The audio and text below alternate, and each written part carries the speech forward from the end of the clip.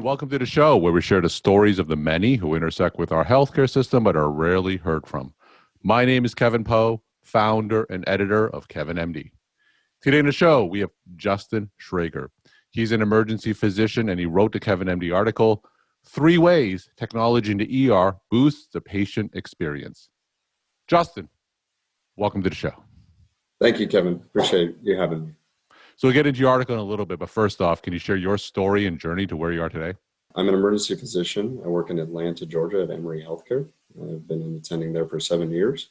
I have a background in data science and also the co-founder of a software company called Vital Software that does patient engagement, patient information, and experience improvement in the emergency department. So whenever I talk to physicians on this podcast, and of course they write on my blog, I'm interested in careers and interests outside of clinical medicine. So tell me about your background in terms of founding this technology company and your motivations into doing so. Most emergency physicians kind of are a bit of a MacGyver, and we try to fix problems with the skills that we have or the resources we have at hand.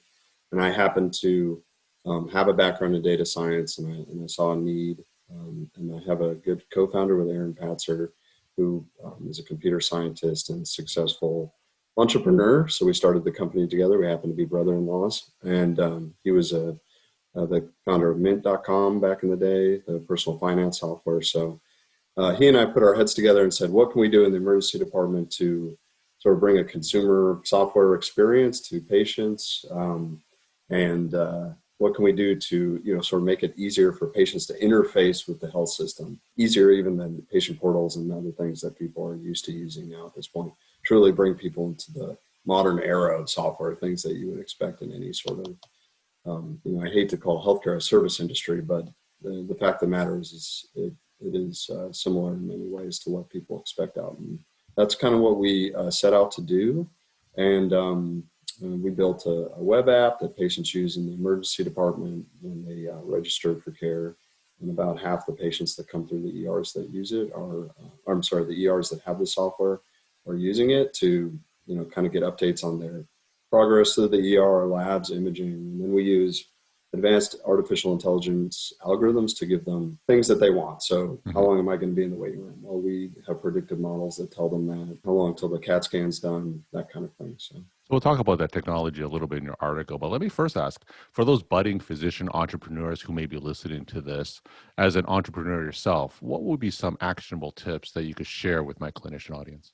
If you talk to every doctor, honestly, every doctor in the hospital has a great idea of how we can improve the software we use. I mean, frankly, the software we use in healthcare systems, regardless of your EHR vendor, is a bit dated, right? It doesn't kind of match up with what you use in your everyday life, Facebook, Gmail, things like that. So there are ways to improve everything we do. If you're entrepreneurially minded, the most important thing you can do is to figure out the lay of the land, figure out if what you're talking about solving for exists. And you can partner with those companies if you're a physician and you don't have engineering skills. It's important if you're part of a health system or an academic health system like I am to make sure that you avail yourself of the resources that they have. At my health system, they have a innovation center that helped us get going and partnered with us as we built out the software. Realize that you have a distinct set of skills as a doctor that isn't just the bedside. So you have access to the true problems. You're talking to patients, you cross across many specialties, regardless of what you do every day. And things that truly it's a veiled system. Healthcare is a veiled system, despite it being a fifth of our GDP, right? And as a physician, you know what's going on. So your knowledge, just the fact that you have these ideas is insanely valuable. So it's not all about founding companies, although that's what I did, and I think that's a fun thing to do. There's also collaboration. And then I would say the last thing you got to do is you got to find someone that has as much energy to start up a company with you, if that's what you decide to do. Energy to see it through. In healthcare, it takes a long time to get things going. It takes a long time to develop them. Obviously, there are security concerns that other industries don't have. The health systems are fairly slow to adapt in some cases. So you have to be patient. And then in the entrepreneurial startup world, that's not always the case. And I would say it's a roller coaster. There's lots of ups and downs, and you just have to be patient and roll with the punches. So let's talk about the Kevin MD article that you wrote. Yep. It's titled Three Ways Technology in the ER Boosts the Patient Experience. Now, for those who didn't get a chance to read that article, can you just walk my audience through it and share the story of why you decided to write it? Patient experience in the emergency department is tough, right? So working in the ER as a nurse, doctor, tech, whoever you happen to be, you know that you're working very hard all the time, just as most doctors do. But the time you have to update patients to give them what they kind of want from a customer service standpoint is not always there. The pandemic put extra pressure. Nurses were furloughed or fired in some circumstances. Volumes for ER patients went down dramatically and then came back up. It's a bit of a roller coaster chasing its tail. And so ERs are stretched thin. So that extra little thing you can do for a patient, that extra step you can take and be like, pop in the room and say, I'm sorry, the CAT scanner is a little bit delayed because we had a few really sick people come in. That's, what you're waiting on. That's kind of the first thing that goes out the window when you get really busy and stretched like this. Same thing for the nurses and the technicians and everybody else. So the idea is, how can you use technology to provide patients with that information while they're waiting, which is the information they want, can help them sort of understand what's going on in the background, lift up the veil a little bit. When they look out the window of their room or behind the curtain, they see people running around, but they also see us sitting at computers. They're wondering why you haven't come in the room. And there's really no reason why you can't use modern technology to provide people with that information. This is the status of your blood count. This is the status of your CT scan. Or you're sitting out in the waiting room and you're seeing a lot of people come and go. You don't know why this patient went before you, even though you got there before them. And those are common questions we get in the ER. So if you have a way to deliver that information to them in a way that they want it, which is on their phone, that should be used, right? It should be used in the healthcare system. So that's the genesis of the article. We know from looking at national data that patient experience scores in the emergency department, especially for at least in the inpatient HCAHPS scores, are lower, about 20 points lower than people who are direct admitted for a variety of reasons. And for anyone that's worked in the ER or gone through the ER with family members, you know why, right? It's a tough place to be when you're really sick and scared. So it seemed like an ideal patient population to sort of target with a software-specific intervention.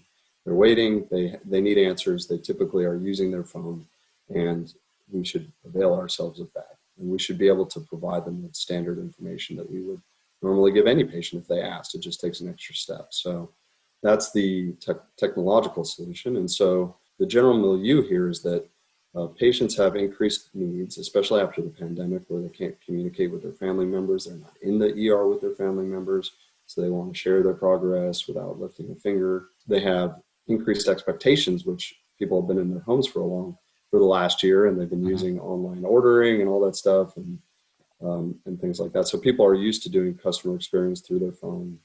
Over 90% of patients in emergency departments have cell phones or smartphones. And they're used to using it from everything from watching their oil get changed to their pizza being delivered to the groceries being delivered, whatever it is. That's where people go for information. And so healthcare has been slow to adapt. Healthcare has been slow to, quote unquote, upgrade to the industry standard when you're talking about reaching out to patients and just giving them general information.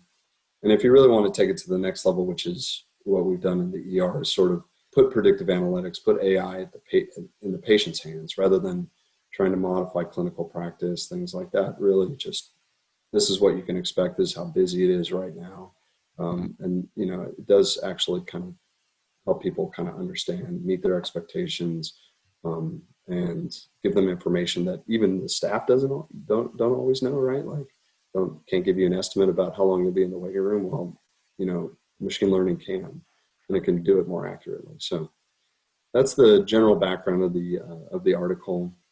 And it's sort of like a call to arms for health systems to sort of get with the times, right? It's like every other service industry is doing this. It is possible to work with sort of third-party software vendors to do this type of thing for your patient population, and it pays dividends, right? So when you reach out to patients while they're in the ER, they don't feel abandoned. When you tell them what they need, like your ER doctor said, you need to follow up with this orthopedic surgeon in a week, you tell them that before they leave. They're not throwing away that packet of papers we give everyone and things like that. And then there are a multitude of other things that you can communicate through software that right now would be difficult or tedious for ER staff. So it frees them up to do their normal job, right? Now, for those who aren't familiar with our world of HCAHPS scores and patient satisfaction, tell me about some of the financial repercussions of not having high scores. Patient experience scores broadly, there's a national survey that was developed by Medicare that goes out to all the hospitalized patients. And you probably get it in the mail, or sometimes they do it by phone or email. And about 20-ish% of patients return those scores. Depending on how good you do on the survey, there are financial repercussions for health systems, for hospitals. Hospitals have to administer a certain amount of these surveys. And if you do poorly compared to your competitors, because of value-based purchasing, and basically like the government says, if you don't do a good job providing excellent care to your patients, and they don't, and their experience of care is lower than it should be, the government will take money back from the amount of money that Medicare pays the hospital for standard medical care. These technological solutions that you talk about, on average, how much do they raise these patient experience scores? So it kind of depends on what you're looking at. So the HCAHPS score in general, the top box score is what they call it. The average total score has a lot of things in it, like how clean was your room? Were you informed about delays? It has something called a net promoter score built into it, which is how likely you are to recommend this facility. That's a very important metric. So when you're talking about software addresses some of those things.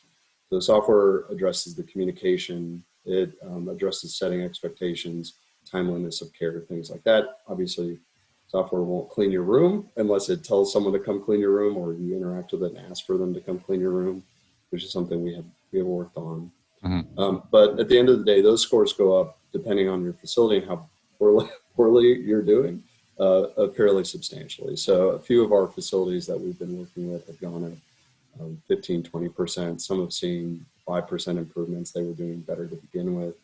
In general, it's not harmful to your HCAHPS score, but it kind of depends on how you're doing when you start doing it. If you work at a facility, whether you're an ER doctor, CNO, nurse, or floor practicing hospitalist, something like that, if your hospital does a good job communicating with patients, when you hear it from the experience officer. You hear, hey, this patient said that nobody talked to them for 2 days, or they left in the waiting room and nobody came to update them, and things like that. So those are the kind of messages that you would hear anecdotally that could clue you into the fact that there's probably more your facility or you personally in your practice could be doing. Ideally, when you use one of these software solutions, like the one we built, it would be something that doesn't ask your staff to do a whole lot, right? If it works in the background, it gives patients what they're asking for from an experience standpoint, and the nurses don't have to lift a finger. They don't have to carry iPads around and do a bunch of extra work because they're already stretched thin. Then you're going to get higher utilization numbers, meaning more patients are going to use it, and the staff aren't going to have to worry about it as much. So that's the idea. It's sort of like add value without subtracting workload from the nurses. And we're talking to Justin Schrager. He's an emergency physician, and he wrote the Kevin MD article, 3 Ways Technology in the ER Boosts the Patient Experience.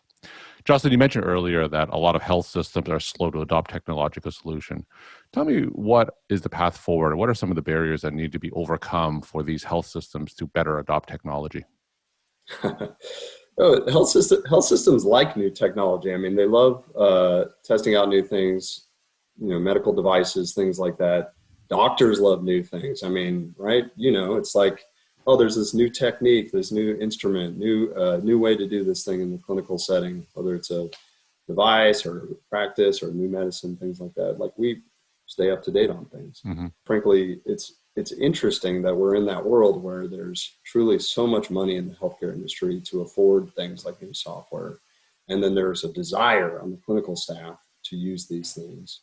New tools, new technologies, things like that. I think one of the barriers, of course, is privacy, HIPAA, privacy, things like that. Not wanting to be wrong, not wanting to breach that trust with the patients. So that slows things down a little bit from a compliance and safety perspective, and that's very understandable. I think some of the other barriers is that we have, frankly, we use electronic health records they're very good at what they do in terms of documentation, billing, things like that, right? But having used electronic health records. I'm sure you've had lots of people on your podcast talking about electronic health records in the past, but we know from lots of research that people spend twice as much time interacting with the EHR as they do at the bedside, plus a couple hours at home, right? You cut that in half and you have twice as many doctors out there, right? It's like, it's a no-brainer. But I think that because they're enterprise-wide solutions, they're sort of locally installed, sometimes cloud installed, they don't update fairly, you have a lot of downtimes and things like that. They're just a little bit older.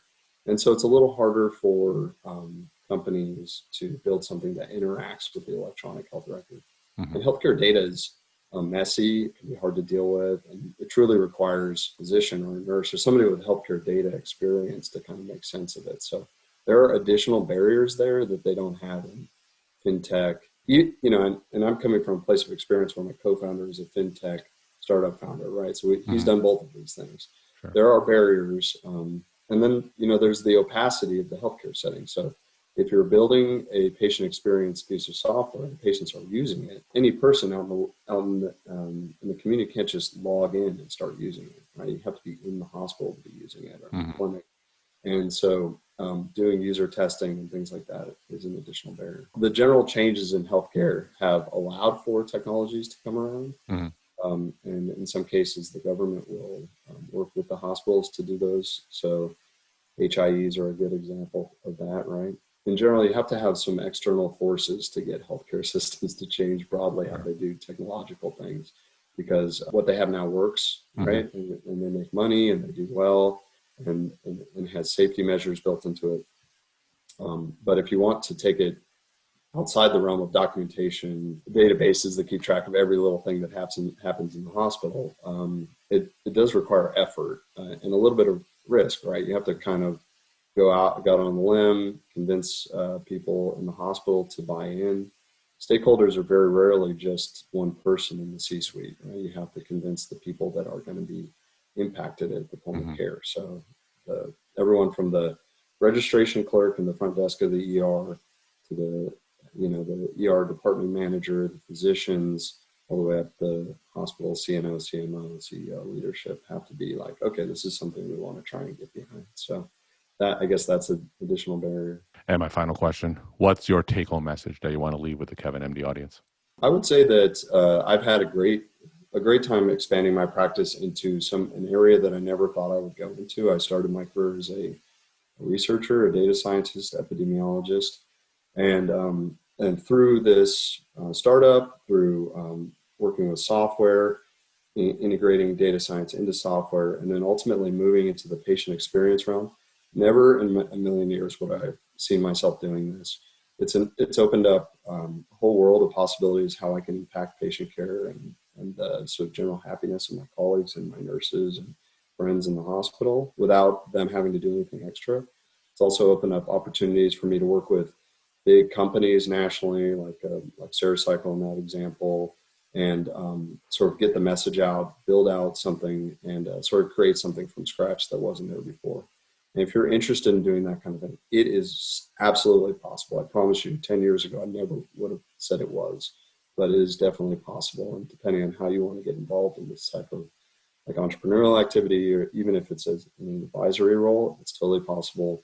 Health systems are waking up to the idea of letting crazy startup-y type things happen under their roofs, and it's a new world. Well, Justin, thank you so much for sharing your time and insight, and thanks again for being on the show.